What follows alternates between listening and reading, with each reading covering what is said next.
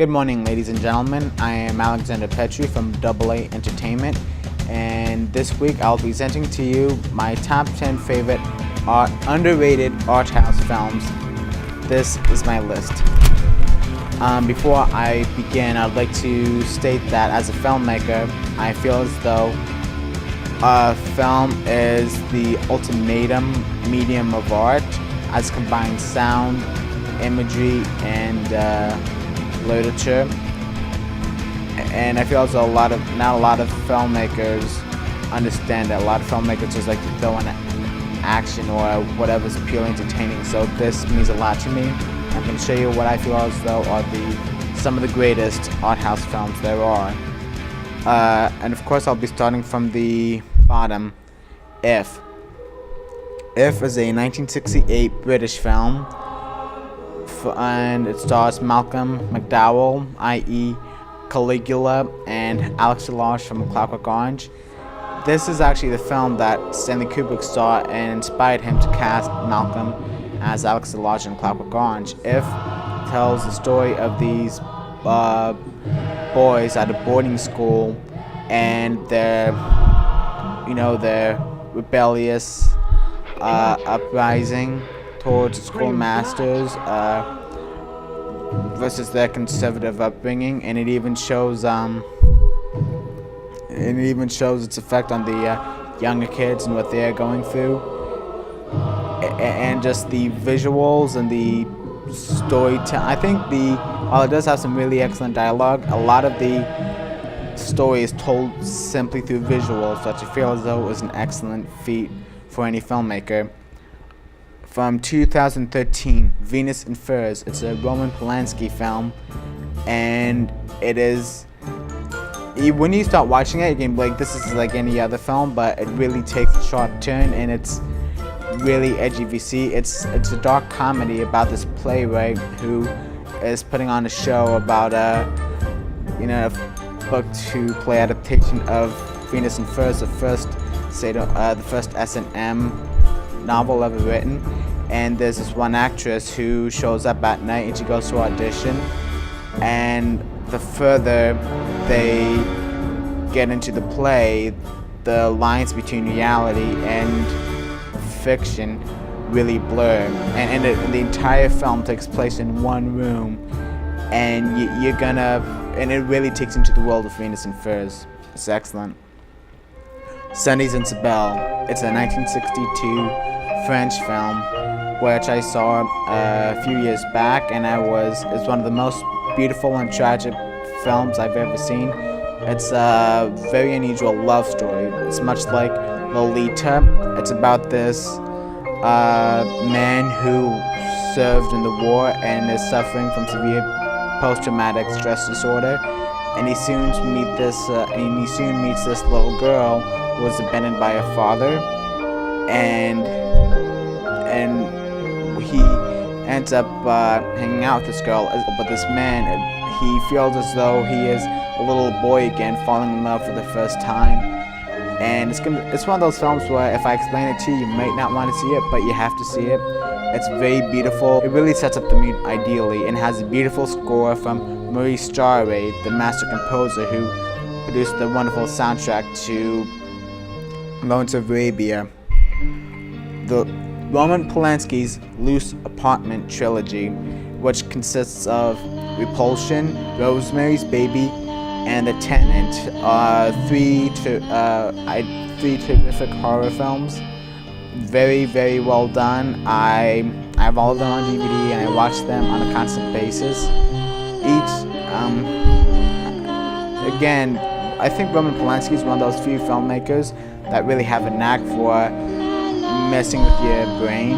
I mean, it takes a good film director can show you someone going insane, but it takes a brilliant filmmaker to put you in the mind of that insane person and question your own sanity. And each film definitely tackles subjects such as sexual frustration, intense anxiety, isolation, claustrophobia, and in each film does contain scenes that are purely nightmarish that will stick with you for the rest of your life.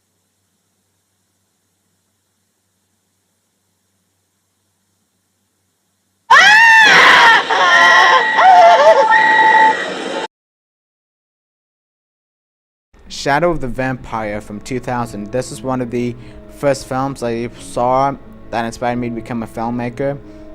It was in my dad's DVD collection, and I used to watch it continuously when I was much younger. And as I grew older, I came across it again, and then it rekindled my love affair.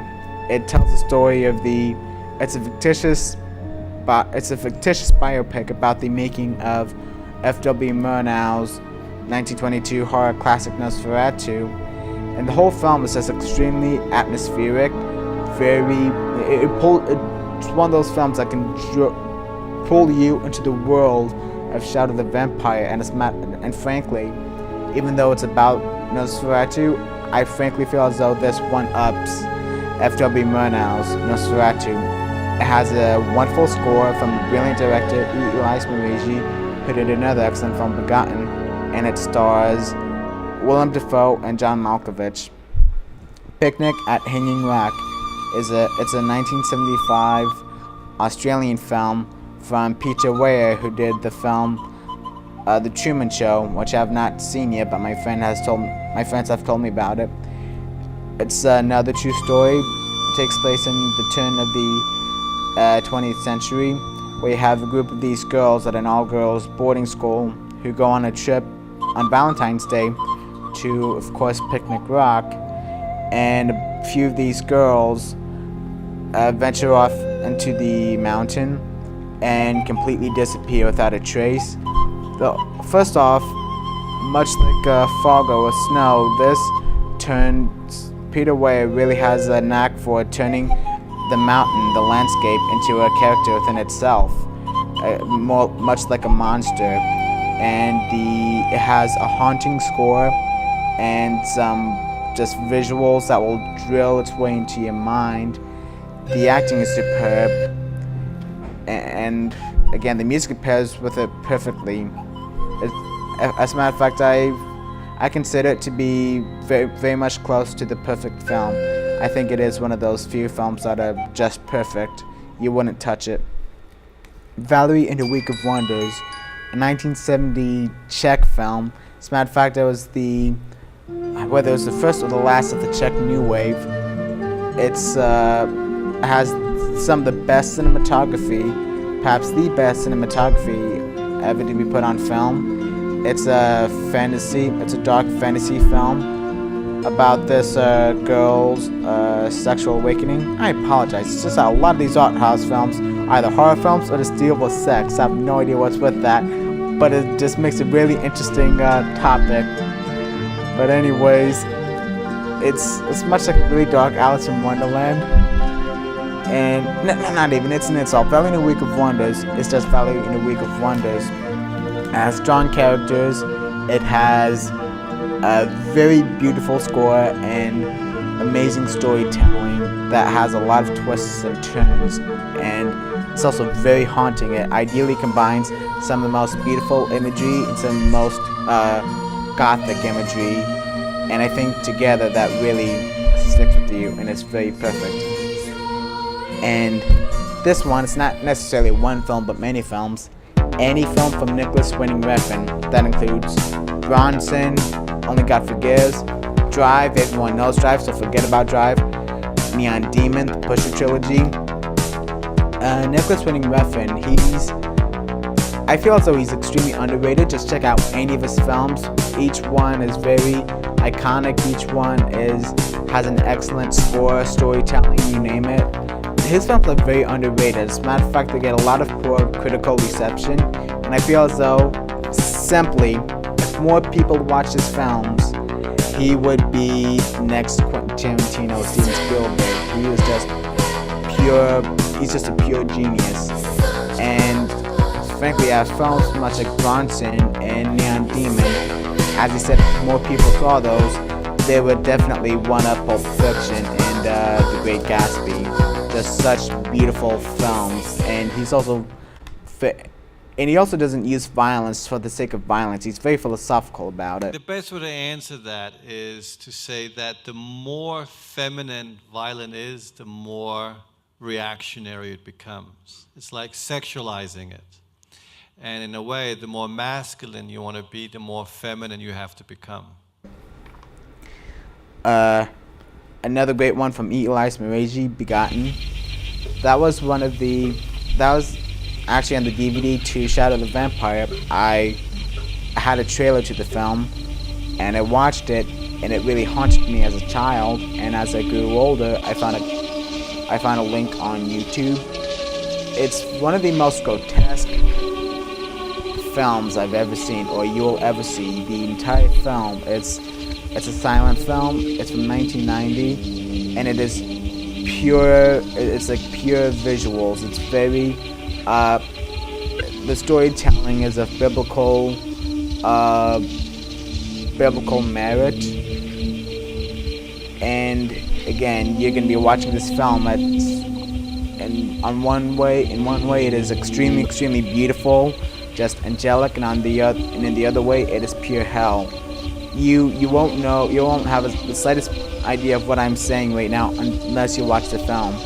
It's heaven and hell as one, with an excellent score and excellent visuals and cinematography. It's one whole mirage. What's what I'm looking for? Rorschach, I believe that's his name. It's much like one whole film based off of the artwork of Rorschach, and you're going to be watching it trying to analyze these vague images, these abstract images. Now last but certainly not least, Lost River. Fairly recent film from 2013, and it was directed by the Ryan Gosling. Adequate actor, Mr. Hey Girl, I'm so sexy. But yeah, that dude, I have to be honest, for a guy like Ryan Gosling, who's basically had it pretty easy, you can definitely see his passion for filmmaking, and even how it reflects in much of the films of Tim Burton, Stanley Kubrick, and one of his idols, Nicholas Winding Refn. It's, like I said, it's one of those films that if more people saw it, it would have gotten a much better critical reception. It would have won up, The Great Gatsby, Titanic, any of those films. It's a very abstract film. It deals a lot with of poverty and the world crumbling. It takes into a whole dark, mystical world full of both beauty and grotesquerie, with a lovely score, perhaps one of the most romantic scores I've ever heard, and one of the most kick-ass scores I've ever heard. You'll know what song I'm talking about, what songs. And he like I said, a lot of people might watch this and say, hey, this is weird, this is abstract, I don't get it, what's going through his mind. But you go ahead, pick up a film camera when you're watching any movie that you may think is weird or unusual or unnecessary. Pick up a camera, get yourself a film crew, get yourself a piece of paper and a pencil, and you'll realize it takes a true genius to create these worlds and these films from scratch, and I guarantee you'll appreciate it much more. This is all I have for you this week. This has been Double A Entertainment Top 10, and I hope to see you at the movies.